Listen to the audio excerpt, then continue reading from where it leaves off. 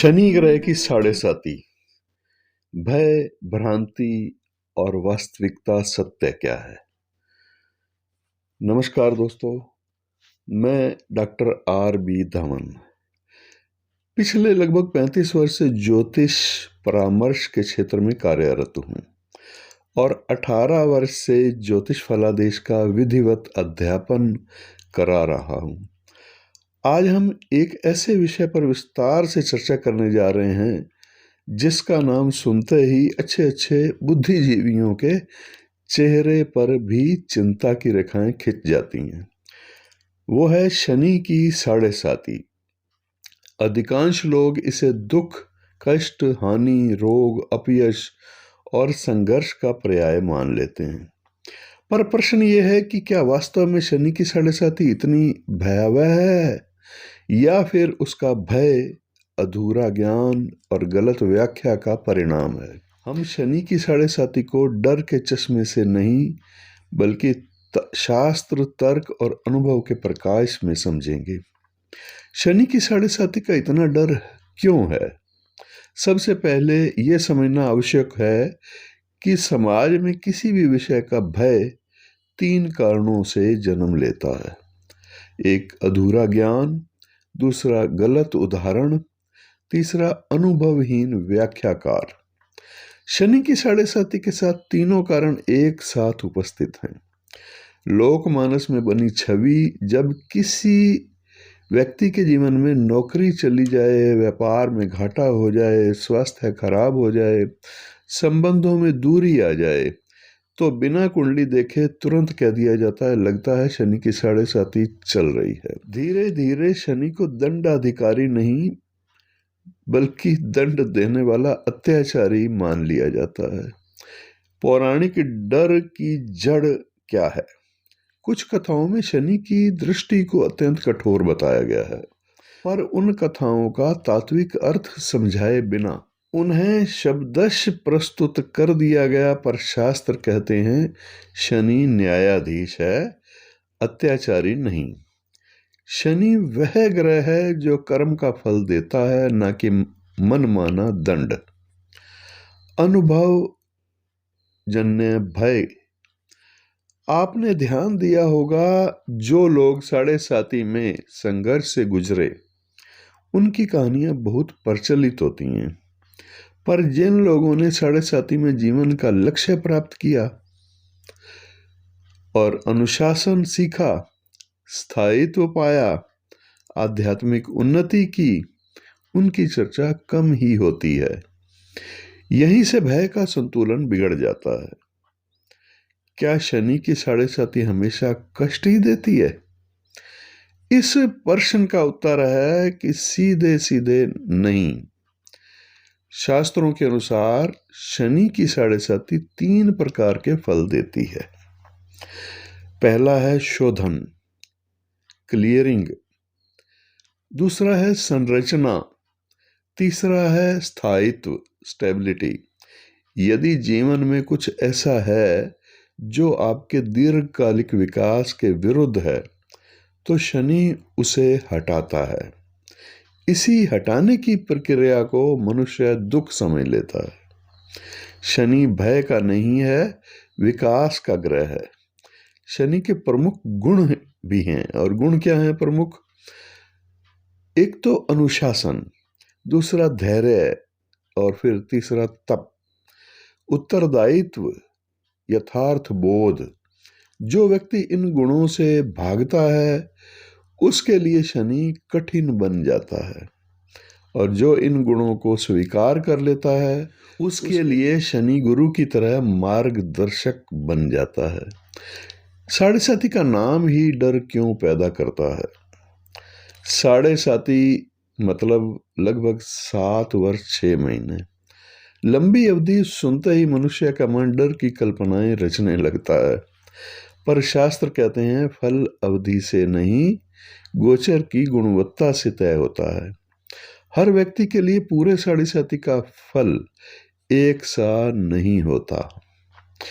सबसे बड़ी भ्रांति क्या है? सबसे बड़ी भ्रांति में राशि से ही साढ़े साती देखी जाती है। यहाँ एक बहुत बड़ा कारण है। साढ़े साती के भय का। केवल जन्म राशि से साढ़े साती देखना ये एक दोष। अधिकांश लोग ये जानते ही नहीं हैं कि यह तरीका अधूरा है। इसी बिंदु से हम आगे बढ़ेंगे और हम आगे चर्चा करेंगे साढ़े साती वास्तव में देखी कैसे जाती है, राशि बनाम नक्षत्र का विवाद क्या है, और चंद्र नक्षत्र से शनि गोचर क्यों अधिक प्रमाणिक है। दोस्तों, इससे पहले आपने समझा कि शनि का डर शास्त्र से कम और भ्रांति से अधिक पैदा हुआ है। शनि दंड नहीं, कर्म के अनुसार परिणाम देता है। हर साढ़े साती कष्टदायक नहीं होती। और सबसे बड़ी भूल साढ़े साती को गलत विधि से देखना है। अब आवश्यकता है यही पद्धति को समझने की और जानने की। शनि साढ़े साती देखने की वास्तविक विधि क्या है? शनि साढ़े साती देखने के लिए राशि नहीं, नक्षत्र क्यों महत्वपूर्ण है? साढ़े साती है क्या? साढ़े साती का सामान्य अर्थ लिया जाता है जन्म के चंद्र राशि से 12वें पहले और दूसरे भाव में शनि का गोचर भ्रमण करना। पर यह परिभाषा पूर्ण नहीं है, बल्कि सुविधाजनक है। शास्त्रों में शनि गोचर का फल भाव से नहीं, चंद्र की स्थिति से जुड़ा हुआ है। और चंद्रमा की वास्तविक पहचान केवल राशि से नहीं, बल्कि नक्षत्र से होती है। जन्म राशि से साढ़े साती देखने की सीमा एक राशि 30 अंश का वो क्षेत्र है। जब हम कहते हैं मेष राशि में चंद्रमा है, तो इसका मतलब ये होता है कि चंद्रमा 0 अंश से 30 अंश मेष के बीच कहीं भी हो सकता है। अब प्रश्न ये पैदा होता है कि क्या 0 अंश मेष का फल और 29 अंश मेष का फल एक समान हो सकता है? उत्तर होगा कदापि नहीं। फिर भी केवल राशि के आधार पर पूरे 30 अंश को एक जैसा मान लिया जाता है। यहीं से साढ़े साती के फल असंतुलित हो जाते हैं। शास्त्र कहते हैं मूल सिद्धांत समझिए। ज्योतिष शास्त्र का मूल सूत्र सिद्धांत क्या है? नक्षत्रम चंद्रस्य आत्मा, मतलब चंद्रमा का वास्तविक स्वरूप नक्षत्र से प्रकट होता है। राशि बाहरी पहचान है, नक्षत्र आंतरिक प्रकृति है। इसलिए जब बात मन, भाव और अनुभव और पीड़ा की होती है, तो नक्षत्र को छोड़कर फल देखना शास्त्र विरुद्ध हो जाता है। शनि गोचर क्यों चंद्रमा के नक्षत्र से देखा जाना चाहिए?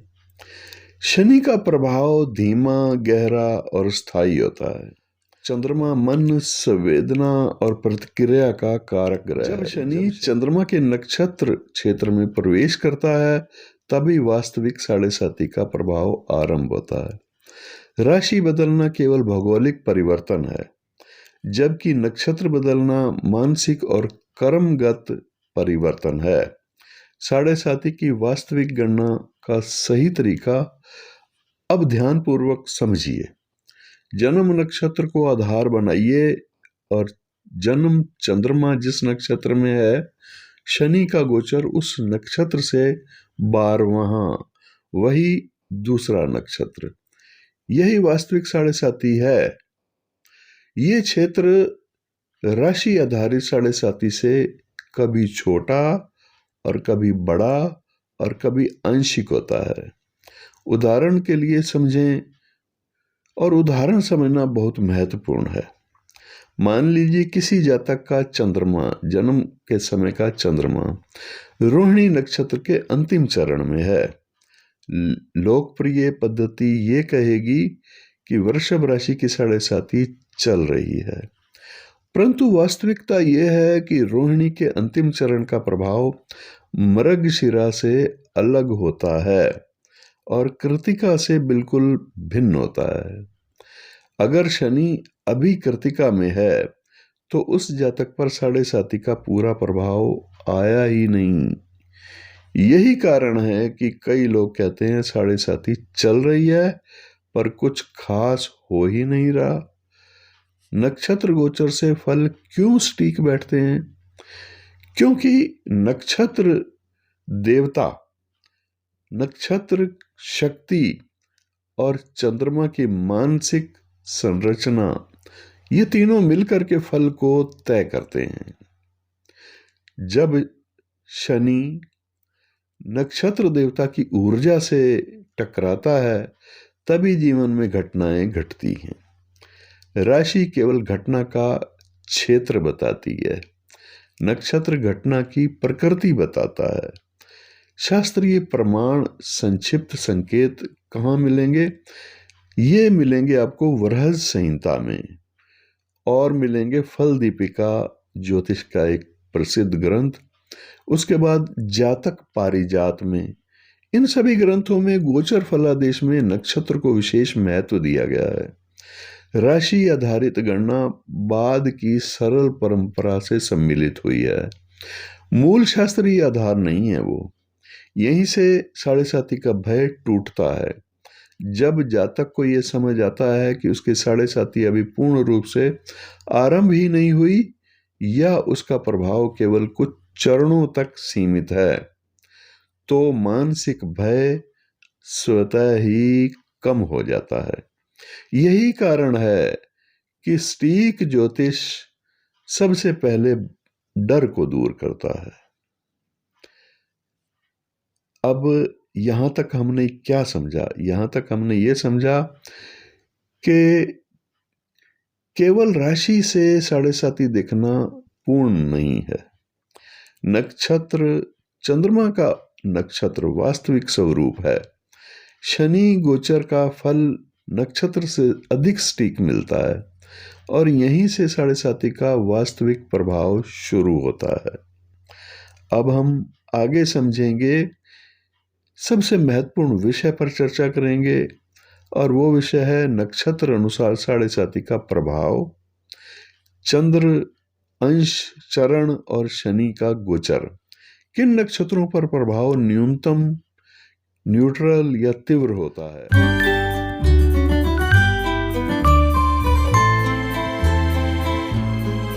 नक्षत्र के अनुसार शनि साढ़े साथी, चंद्रमा, अंश, चरण और वास्तविक प्रभाव।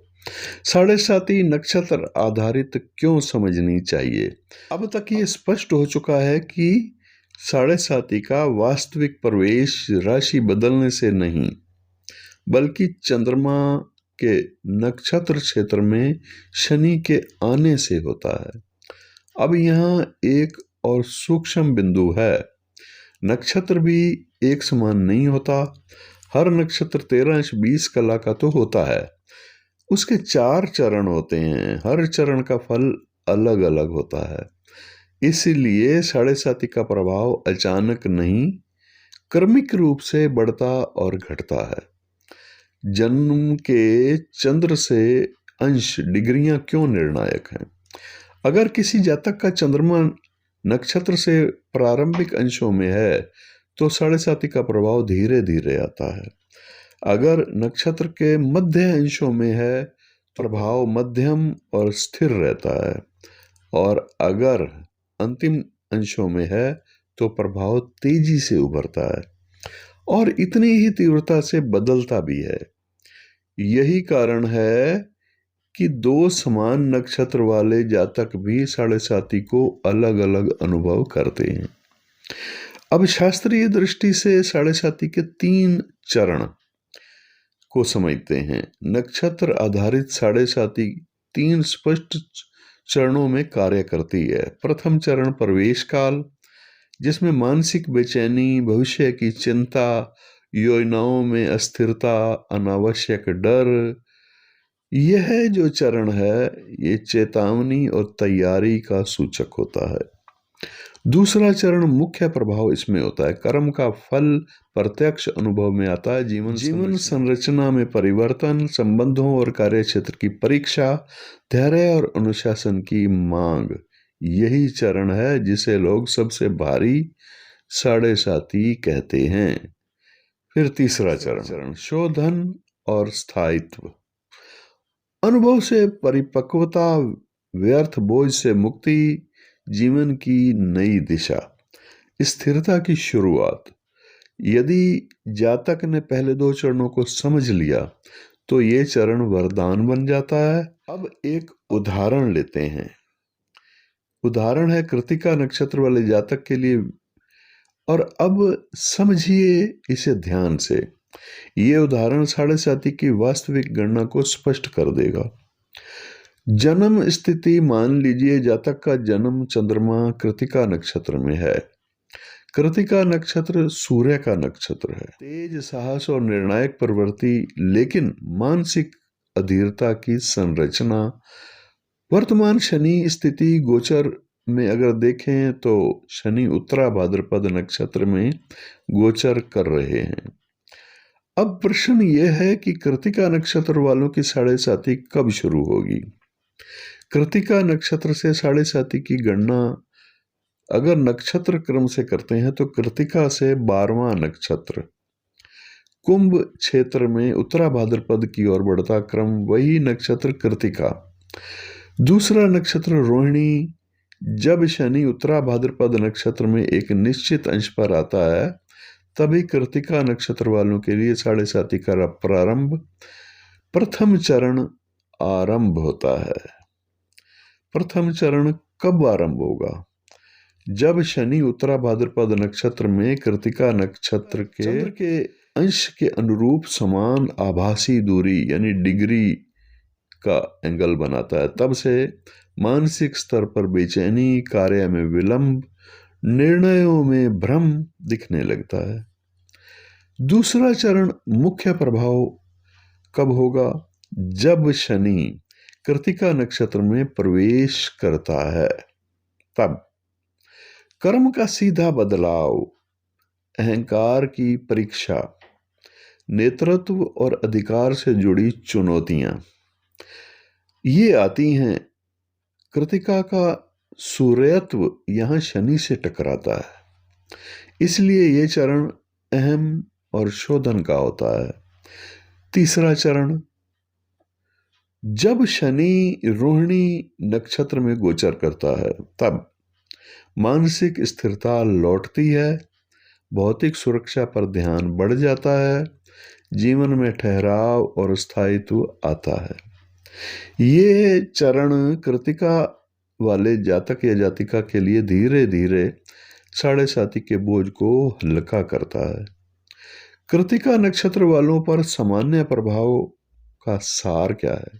पहला चरण भय, अनिश्चितता, आत्मसंशय। दूसरा चरण अहंकार, अधिकार, नेतृत्व की परीक्षा। तीसरा चरण स्थिरता, पुनर्निर्माण, आत्मविश्वास की वापसी। यही कारण है कि कृत्तिका नक्षत्र वालों के लिए साढ़े साथी तोड़ने नहीं बल्कि संवारने का कार्य करती है। अगर इसे समझदारी से जिया जाए। ये उदाहरण क्यों महत्वपूर्ण था? इस एक उदाहरण से स्पष्ट होता है कि साढ़े साथी तिथि से नहीं, डिग्री और नक्षत्र से देखी जाती है। हर जातक की साढ़े साथी अलग अलग समय पर शुरू और समाप्त होती है और बिना नक्षत्र गणना सही मार्गदर्शन संभव नहीं।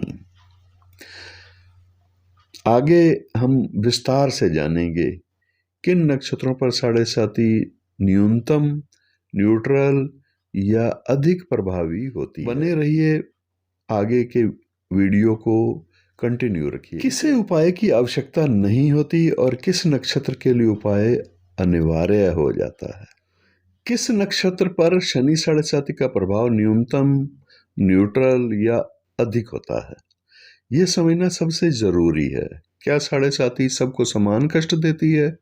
उत्तर है कभी नहीं। ज्योतिष शास्त्र में कोई भी गोचर सब पर समान फल नहीं देता।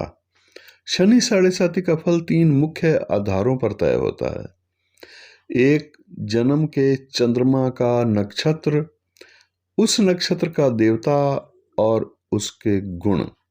जातक का कर्म और मानसिक स्वभाव क्या है, इसीलिए कुछ नक्षत्र ऐसे होते हैं जहां साढ़े साथी लगभग निष्प्रभावी रहती है, कुछ पर संतुलित और कुछ पर अधिक परीक्षा लेने वाली होती है। वे नक्षत्र जिन पर साढ़े साथी का प्रभाव न्यूनतम होता है, बहुत कम होता है। अब पहले उन नक्षत्रों की बात कर लेते हैं जिन पर शनि अत्यधिक पीड़ा नहीं देता। वो नक्षत्र हैं श्रवण, उत्तराषाढ़ा, उत्तरा भाद्रपद और अनुराधा। इन नक्षत्रों की विशेषता क्या है? ये नक्षत्र अनुशासन और कर्तव्य को पहले से स्वीकार करते हैं। इनका देवत्व शनि के सिद्धांतों से विरोध नहीं करता। ऐसे जातकों के लिए साढ़े साथी बाहरी कष्ट कम, आंतरिक परिपक्वता अधिक देती है। अक्सर देखा गया है कि इन नक्षत्रों के जातक साढ़े साथी में पदोन्नति, जिम्मेदारी, आध्यात्मिक झुकाव, ये सब कुछ प्राप्त करते हैं। अब वो नक्षत्र जिन पर प्रभाव न्यूट्रल रहता है। अब बात करते हैं उन नक्षत्रों की जहां साढ़े साथी ना बहुत कठोर और ना बहुत सौम्य होती है। वह नक्षत्र हैं रोहिणी, हस्त, स्वाति और धनिष्ठा। यहां शनि परिस्थिति के अनुसार फल देते हैं। जातक के निर्णय अत्यंत महत्वपूर्ण हो जाते हैं। अगर जातक धैर्य रखे तो संभव है उसको कम फल होगा। साढ़े साथी के समय में शॉर्टकट से बचें तो साढ़े साथी केवल अनुभव देने वाली बनती है, दुख देने वाली नहीं। वह नक्षत्र जिन पर साढ़े साथी अधिक प्रभावशाली होती है। अब उन नक्षत्रों की चर्चा जिनके लिए साढ़े साथी को समझना सबसे ज्यादा आवश्यक होता है।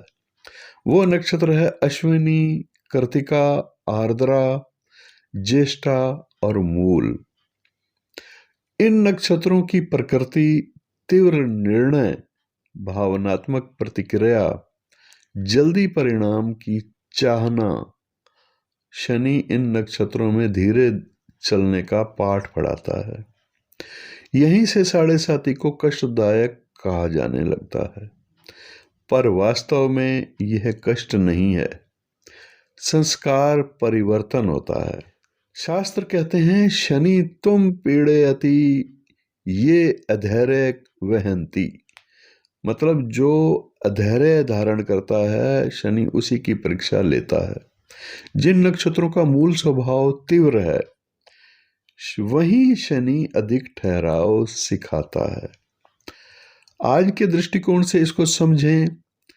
आज के समय में साढ़े साथी के प्रभाव इन रूपों में दिखाई देते हैं। कैरियर में दिशा परिवर्तन, रिश्तों की छटनी, मानसिक दबाव, जीवन मूल्यों का पुनर्मूल्यांकन। ये सब नकारात्मक नहीं है बल्कि दीर्घकालिक संतुलन के लिए होता है। सबसे महत्वपूर्ण बिंदु, अब साढ़े साथी कुंडली पर आधारित कैसे होती है, ये बहुत आवश्यक है समझना। गोचर अकेला फल नहीं देता, जन्म कुंडली के ग्रह गोचर को नियंत्रित भी करते हैं। अगर जन्म कुंडली में शनि शुभ स्थिति में है, चंद्रमा संतुलित है, तो साढ़े साथी कठोर नहीं होती। इसी कारण से वर्ष में एक बार कुंडली विश्लेषण अत्यंत आवश्यक होता है। और कुंडली विश्लेषण भी कोशिश ये होनी चाहिए कि नक्षत्र आधारित हो। अब नक्षत्र पर आधारित होनी चाहिए। अब तक आपने जाना कौन से नक्षत्रों पर साढ़े साथी न्यूनतम प्रभाव देती है, किन पर न्यूट्रल रहती है और कौन से वो नक्षत्र हैं जिनकी अधिक परीक्षा लेती है। शास्त्रीय और आधुनिक दोनों दृष्टिकोणों से आपने समझा। अब हम अगले भाग में प्रवेश करेंगे और समझेंगे सबसे व्यवहारिक उपयोगी विषय वो हैं कि किस नक्षत्र को उपाय की आवश्यकता नहीं है, किसे साधारण उपाय ही पर्याप्त हैं और किस नक्षत्र वालों के लिए उपाय जरूरी है। बने रहिए वीडियो के अंत तक, आगे आरंभ करेंगे इसी विषय पर चर्चा। किस नक्षत्र को उपाय की आवश्यकता नहीं और किसे साधारण और किसे अनिवार्य उपाय आवश्यक होते हैं। सबसे पहले एक अत्यंत महत्वपूर्ण सत्य है, ये बात शास्त्र सम्मत रूप से स्पष्ट समझ लेनी चाहिए कि हर साढ़े साती उपाय मांगती ही हो, ऐसा नहीं है। ये धारणा व्यावसायिक ज्योतिष से पैदा हुई है, शास्त्रीय ज्योतिष से नहीं। उपाय का निर्णय डर के आधार पर नहीं, नक्षत्र कुंडली और अनुभव के आधार पर होता है। किन नक्षत्र वालों को उपाय की आवश्यकता नहीं होती? कुछ नक्षत्र ऐसे होते हैं जहां जातक की प्रकृति ही शनि के सिद्धांतों से मेल खाती है, जैसे श्रवण नक्षत्र, उत्तराषाढ़ा नक्षत्र, उत्तरा भाद्रपद और अनुराधा। इन नक्षत्रों के जातक किस तरह से इनकी प्रकृति शनि से मेल खाती है? ये होते हैं कर्तव्यनिष्ठ और अनुशासित, दीर्घकालिक सोच वाले, लंबे समय की सोचते हैं, कर्म को स्वीकार करने वाले। ऐसे जातकों के लिए साढ़े साती शिक्षा देती है, पीड़ा नहीं देती। इनके लिए विशेष उपाय आवश्यक नहीं होते, केवल जीवन में सत्य, श्रम और संयम बनाए रखना ही पर्याप्त होता है। ये कहना भी उचित होगा कि अगर ये जातक अनावश्यक उपाय करते हैं तो कभी कभी मानसिक भ्रम और बढ़ जाता है। इन नक्षत्रों के लिए साधारण उपाय ही पर्याप्त होते हैं। अब बात करते हैं उन नक्षत्रों की जहां साढ़े साती न्यूट्रल या मध्यम प्रभाव देती है। वह नक्षत्र हैं रोहिणी, हस्त, स्वाति, धनिष्ठा और रेवती। इन नक्षत्रों में शनि जीवन को पुनर्संतुलित करता है, गलत निर्णयों को धीमा करता है। यहाँ भारी उपायों की आवश्यकता नहीं होती, बल्कि साधारण शनि के उपाय ही पर्याप्त होते हैं। जैसे शनिवार को शनि मंत्र का मानसिक जप कर लीजिए, बुजुर्गों और श्रमिक वर्ग का सम्मान कीजिए, सेवा और दान की भावना को बढ़ाइए। ये उपाय शनि को प्रसन्न ही नहीं बल्कि शनि के साथ सामंजस्य स्थापित कराते हैं।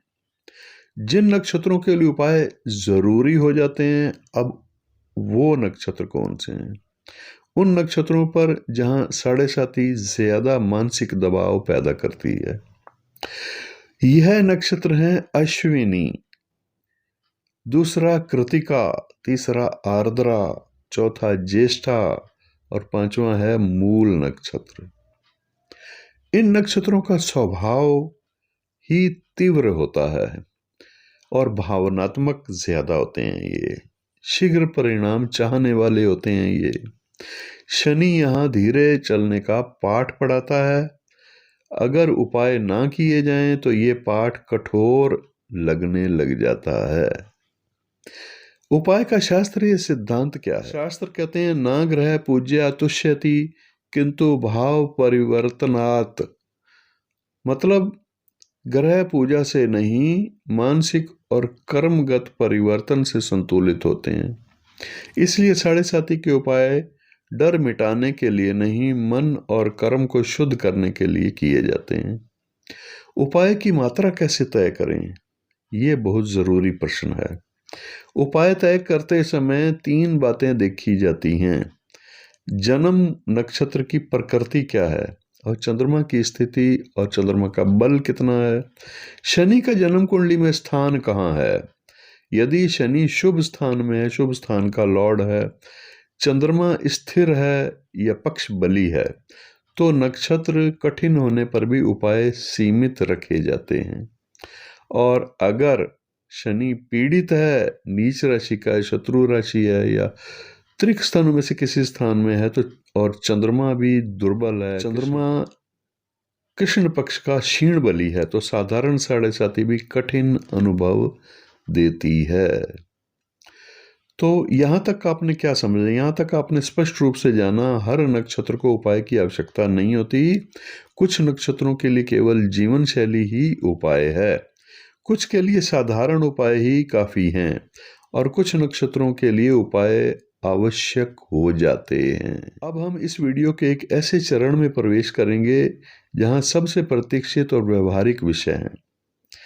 वे हैं नक्षत्र अनुसार मंत्र, दान, वस्तुएं और विधि, रतन, रुद्राक्ष, औषधि धारण और औषधि स्नान। बने रहिए इस वीडियो के साथ अंत तक। नक्षत्र के अनुसार शनि, साढ़े साती के उपाय, मंत्र, दान, रतन, रुद्राक्ष और औषधि स्नान। सबसे पहले स्पष्ट कर लें कि उपाय क्यों और किस उद्देश्य से किए जाते हैं। शनि साढ़े साती के उपाय भाग्य बदलने के लिए नहीं, बल्कि मन, कर्म और दृष्टि को संतुलित करने के लिए किए जाते हैं। शास्त्रों में उपाय का अर्थ है कर्म में सुधार और मानसिक सामंजस्य। इसीलिए यहाँ बताए जाने वाले उपाय आसान होंगे, शास्त्रोक्त होंगे और भय पैदा करने वाले नहीं होंगे। नक्षत्र देवता का मंत्र सबसे प्रभावी उपाय है। शनि साढ़े साती में सबसे श्रेष्ठ उपाय है जन्म नक्षत्र के देवता का मंत्र का जप करना। क्यों? क्योंकि नक्षत्र देवता चंद्रमा के संरक्षक होते हैं। शनि गोचर चंद्रमा को प्रभावित करता है, इसीलिए नक्षत्र देवता का जप सीधे मानसिक पीड़ा को शांत करता है। इसमें कौन से नक्षत्र के देवता कौन से हैं तो समझिए। अश्विनी नक्षत्र के देवता हैं अश्विनी कुमार। इनका मंत्र है ओम अश्विनी कुमाराभ्याम नमः। और लाभ क्या है इससे? भय और घबराहट में कमी, निर्णय क्षमता में संतुलन। कृतिका नक्षत्र के देवता हैं अग्नि। इसका मंत्र है ओम अग्ने नमः। लाभ है क्रोध, अधीरता में कमी, अहंकार का शोधन। आर्द्रा नक्षत्र के देवता हैं रुद्र। इनका मंत्र है ओम नमः शिवाय। इससे लाभ है मानसिक अशांति में दूरी और भावनात्मक स्थिरता। ज्येष्ठा नक्षत्र के देवता हैं इंद्र। इनका मंत्र है ओम इंद्राय नमः। इसको करने से लाभ होगा अधिकार, संघर्ष में संतुलन होगा, आत्मविश्वास की रक्षा होगी। फिर मूल नक्षत्र के देवता हैं निरृति। इनका मंत्र है ओम श्री दुर्गाय नमः। इससे लाभ होगा भय और अस्थिरता से मुक्ति, आंतरिक सुरक्षा का भाव पैदा होगा। मंत्र जप की सरल विधि और समय क्या है? ये तो वो नक्षत्र से जिनको आवश्यकता है मंत्र जप करने की। आज के समय में शनि का गोचर हो रहा है उत्तरा भाद्रपद नक्षत्र में, और ये नक्षत्र वो थे जिनको मंत्र जप करने की आवश्यकता अत्यंत जरूरी है। अब समझते हैं मंत्र जप की आसान विधि और समय कौन सा होना चाहिए। शनिवार प्रातः या सायं संध्या के समय 108 मंत्र का जप और मानसिक या धीमे स्वर में आप कर सकते हैं। साढ़े साती के कठिन चरण जो हैं उनमें तो अवश्य कीजिए। 41 दिन या 90 दिन ये जाप कीजिए। किसी भी जातक के लिए सुरक्षित और प्रभावशाली होंगे ये मंत्र। उसके साथ फिर दान वस्तुएं और दान की विधि क्या है। शनि की शांति के लिए दान दिखावे का नहीं, सेवा का प्रतीक होना चाहिए। ये जो दान वस्तुएं हैं इसमें है काले तिल, काला कंबल, लोहे के पात्र, तवा ले सकते हैं, स्टील का बर्तन भी ले सकते हैं, काले वस्त्र और तेल में सरसों का नहीं बल्कि तिल का तेल। और दान विधि क्या है? शनिवार को किसी भी श्रमिक, वृद्ध या जरूरतमंद को या डकौत को बिना अपने नाम का प्रचार करते हुए ये दान करें। शनि को वस्तु की आवश्यकता नहीं है, आपके भाव प्रिय हैं। रतन कब पहने और कब नहीं पहने, ये बिंदु अत्यंत सावधानी का है।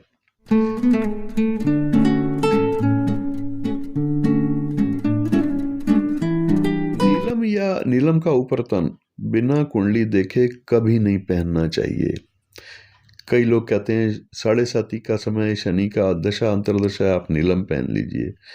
जन्म कुंडली में शनि शुभ हो तब पहनना है और साढ़े साती सहयोगी हो तभी ये नीलम रतन विचार योग्य है। नहीं तो रतन ये तो लाभ के स्थान पर दबाव भी आपका बढ़ा सकता है। हाँ, रुद्राक्ष सुरक्षित है, रुद्राक्ष पहन सकते हैं। शनि साढ़े साथी में रुद्राक्ष अगर पहनना चाहते हैं तो रुद्राक्ष सबसे सुरक्षित उपाय माना जाता है। 7 मुखी रुद्राक्ष आपके लिए उत्तम है, आर्थिक संतुलन बनाता है। 14 मुखी रुद्राक्ष निर्णय और साहस के लिए धारण कर सकते हैं। अगर कमी है निर्णय और साहस, 14 मुखी रुद्राक्ष में और भी गुण हैं। मानसिक स्थिरता भी देता है, बिना दुष्प्रभाव के धीरे धीरे लेकिन ये काम करता है। इसके बाद फिर है औषधि धारण या फिर औषधि से स्नान करना। ये भी बड़ा प्रभावशाली उपाय है। अक्सर इसकी उपेक्षा ही की जाती है, परंतु है बड़ा महत्वपूर्ण। औषधि का स्नान की विधि: जल में मिलाएं नीम के पत्ते, तिल और थोड़ा सा गंगा जल। शनिवार को सिर से नीचे वाले स्थान पर ये जल डाल करके स्नान करें और इससे लाभ होगा। मानसिक भारीपन में कमी होगी, नींद और विचारों में सुधार होगा। औषधि को धारण भी करते हैं, लोहे का छल्ला भी धारण कर सकते हैं। जो औषधियां बताई गई हैं उनमें से कोई औषधि या लोहे का कड़ा भी।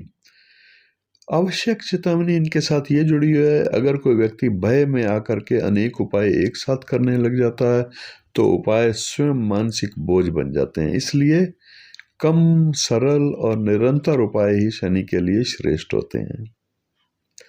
अब तक आपने समझा नक्षत्र देवता मंत्र क्यों प्रभावी हैं, दान की सही भावना क्या है, रतन में सावधानी क्यों जरूरी है, रुद्राक्ष और औषधि उपाय कैसे हमें सुरक्षित करते हैं।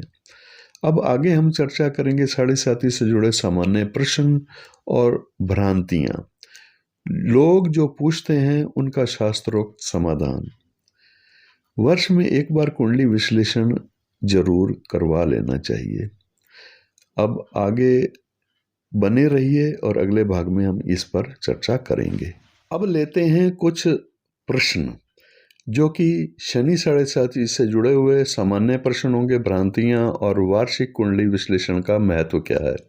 सबसे पहले ये समझें कि शनि साढ़े साथी को लेकर प्रश्न क्यों पैदा होते हैं।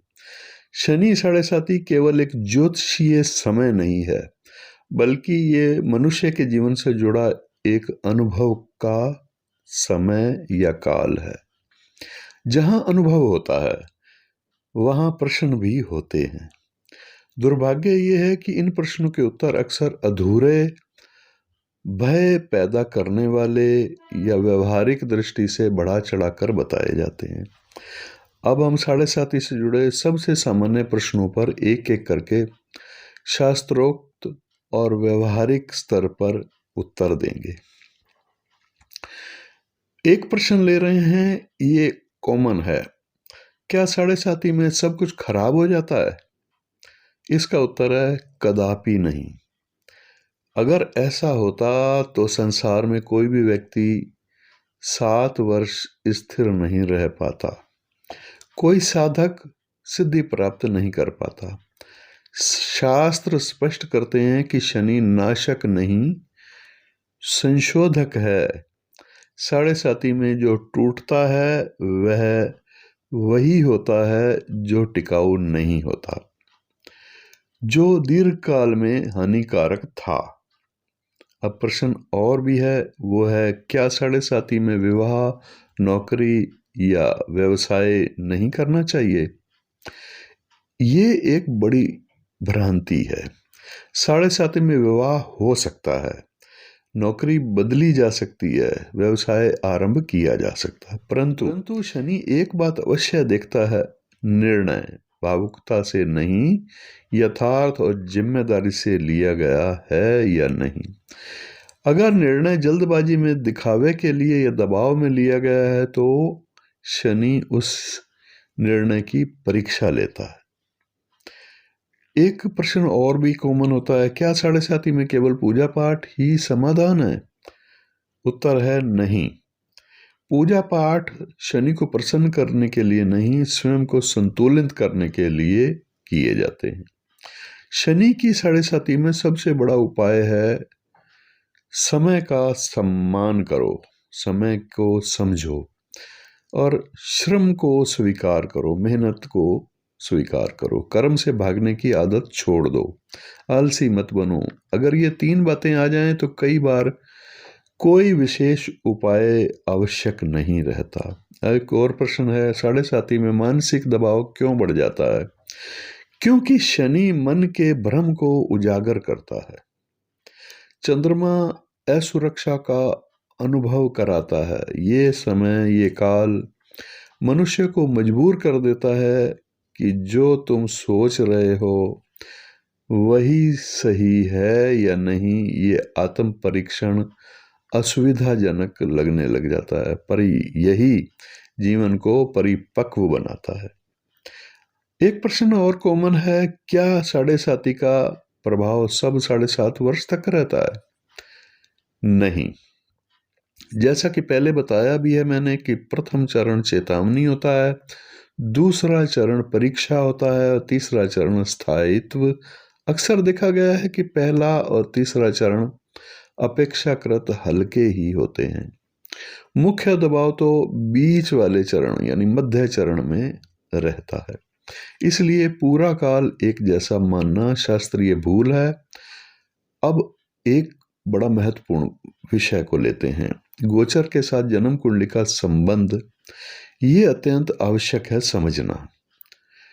गोचर स्वतंत्र फल नहीं देता। जन्म कुंडली एक बीज है और गोचर उसी बीज का या उसी बीज पर जल डालने का कार्य है, खाद पानी देने का कार्य है। यदि बीज में शक्ति है तो गोचर उसे विकसित करता है। अगर बीज कमजोर है, बीज में कमजोरी है, तो गोचर उसे उजागर कर देता है।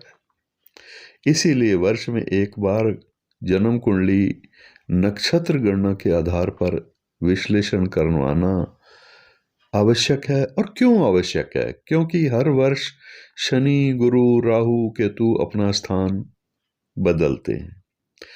गोचर ग्रह जन्म कुंडली के अलग अलग भावों को सक्रिय करते हैं। अगर समय रहते ये समझ लिया जाए कि कौन सा क्षेत्र इस वर्ष सक्रिय होगा, कहाँ सावधानी की आवश्यकता है, कहाँ अवसर मिलेगा, तो 7.5 भी योजना का हिस्सा बन जाती है। भय का कारण नहीं, अनुभव से निकला सत्य है ये। 35 वर्षों की मेरी साधना का निष्कर्ष है ये। अनुभव मेरा यही कहता है कि जो जातक 7.5 को समझकर चलता है वह टूटता नहीं है, और जो केवल डरता है वही अधिक पीड़ित भी होता है। 7.5 भाग्य को नहीं, दृष्टिकोण को बदलती है। तो अब हम इस वीडियो के अगले चरण पर बात करेंगे, और अगले चरण में हम वो जानेंगे कि जो प्रश्न अक्सर सबके होते हैं। अंतिम निष्कर्ष पर जाएंगे और वीडियो का समापन करेंगे। शनि 7.5 समग्र निष्कर्ष और अंतिम प्रश्नोत्तर, और अब हम इस वीडियो का समापन करेंगे। अब पूरे विषय को एक सूत्र में समझ लीजिए। अब तक इस लंबे वीडियो में आपने शनि 7.5 को अलग अलग खंडों में नहीं, बल्कि एक निरंतर प्रक्रिया के रूप में समझा। एक ही वाक्य में अगर कहा जाए तो शनि 7.5 का डर या काल नहीं, बल्कि जीवन संशोधन का काल है। ये संशोधन सोच का, निर्णय का, कर्म का और दृष्टिकोण का होता है। जिज्ञासुओं के कुछ और भी छोटे छोटे प्रश्न हैं। क्या 7.5 में भाग्य साथ छोड़ देता है? उत्तर है नहीं। 7.5 में भाग्य चुप हो जाता है और कर्म बोलने लगता है। जो व्यक्ति कर्म से भागता है उसे ये काल भारी लगने लगता है, और जो कर्म को स्वीकार कर लेता है उसके लिए ये समय जीवन की दिशा बदलने वाला होता है। अब प्रश्न एक और होता है कि क्या शनि 7.5 आध्यात्मिक उन्नति के लिए आवश्यक है? बहुत बार हाँ। इतिहास गवाह है कि साधक, संत और गंभीर चिंतक 7.5 के काल में ही आत्मबोध, वैराग्य और स्थिरता की ओर बढ़े हैं। इसीलिए शनि को केवल भौतिक दृष्टि से देखना अधूरा ज्ञान है। एक प्रश्न और ले लेते हैं, क्या साढ़े साथी जीवन में देर करवाती है? शनि देरी नहीं करता, परिपक्वता लाता है। जो चीज समय से पहले मिल जाए वो टिकती भी नहीं है, और जो शनि के समय पर मिलती है वह जीवन भर लंबे समय तक साथ निभाती है, साथ रहती है। सबसे महत्वपूर्ण बात अगर याद रखनी हो इस वीडियो से जो मिली है शिक्षा, साढ़े साथी से डरना नहीं, उसे समझ कर जीना है। यही सही पद्धति से गणना, नक्षत्र आधारित दृष्टि, कुंडली के साथ गोचर का समन्वय और आवश्यकता अनुसार उपाय, यही शास्त्रोक्त और सुरक्षित मार्ग है। उपाय का अंतिम सार समझिए, हर व्यक्ति को उपाय की आवश्यकता नहीं होती, हर उपाय सबके लिए नहीं होता। नक्षत्र देवता का मंत्र सबसे सौम्य और प्रभावशाली उपाय होता है। दान और सेवा शनि का मूल सिद्धांत है। रतन और विशेष उपाय केवल कुंडली देखकर करने चाहिए। कम उपाय, यही उपाय और निरंतरता, यही शनि को संतुलित करती है। क्यों यह ज्ञान आज के समय में ज्यादा आवश्यक है? आज का मनुष्य जल्दी परिणाम चाहता है, धैर्य कम है उसमें और दबाव ज्यादा है। शनि साढ़े साथी इसी संतुलन को ठीक करने के लिए आती है। यदि इसे समझ लिया जाए तो ये काल शत्रु नहीं है, शिक्षक बन जाता है। एक अनुभव है और ये अंतिम निष्कर्ष भी है इस वीडियो का। मित्रों, मैंने अपने 35 वर्ष के ज्योतिषीय अनुभव में और 18 वर्षों के अध्यापन के अनुभव में यही पाया है कि साढ़े साथी किसी को तोड़ने नहीं आती, यह केवल सत्य, अहंकार और अधैर्य को तोड़ती है। और जो व्यक्ति इस शोधन प्रक्रिया को स्वीकार कर लेता है उसका जीवन साढ़े साथी के बाद अधिक स्थिर और स्पष्ट हो जाता है। अगर आप ज्योतिष सीखना चाहते हैं, शनि साढ़े साथी या किसी भी गोचर को शास्त्रोक्त और व्यवहारिक रूप से समझना चाहते हैं, यह अपनी कुंडली का वार्षिक विश्लेषण करवाना चाहते हैं, तो आप व्हाट्सएप के माध्यम से मेरे नंबर पर संपर्क कर सकते हैं। मैं हूं डॉक्टर R.B. धवन। पिछले 35 वर्ष से ज्योतिष परामर्श और 18 वर्षों से ज्योतिष फलादेश का अध्यापन कराता आ रहा हूं। आज आपने शनि साढ़े साथी को डर की दृष्टि से नहीं, ज्ञान की दृष्टि से समझा है। यही इस वीडियो का उद्देश्य था। शनि आपको डर नहीं, दिशा दे। कामना के साथ मैं अपनी वाणी को विराम देता हूं। धन्यवाद। नमस्कार। ज्योतिष केवल अनुमान नहीं बल्कि नक्षत्रों का एक विज्ञान है। नमस्ते, मैं हूं डॉक्टर R.B. धवन। नक्षत्रों के सूक्ष्म प्रभाव ही आपके जीवन की हर सुख दुख की घटना को निर्देशित करते हैं। अपनी कुंडली के ग्रहों का सही गणित समझें और वैदिक उपायों से जीवन को सरल बनाएं। परामर्श के लिए दिए गए नंबर पर संपर्क करें।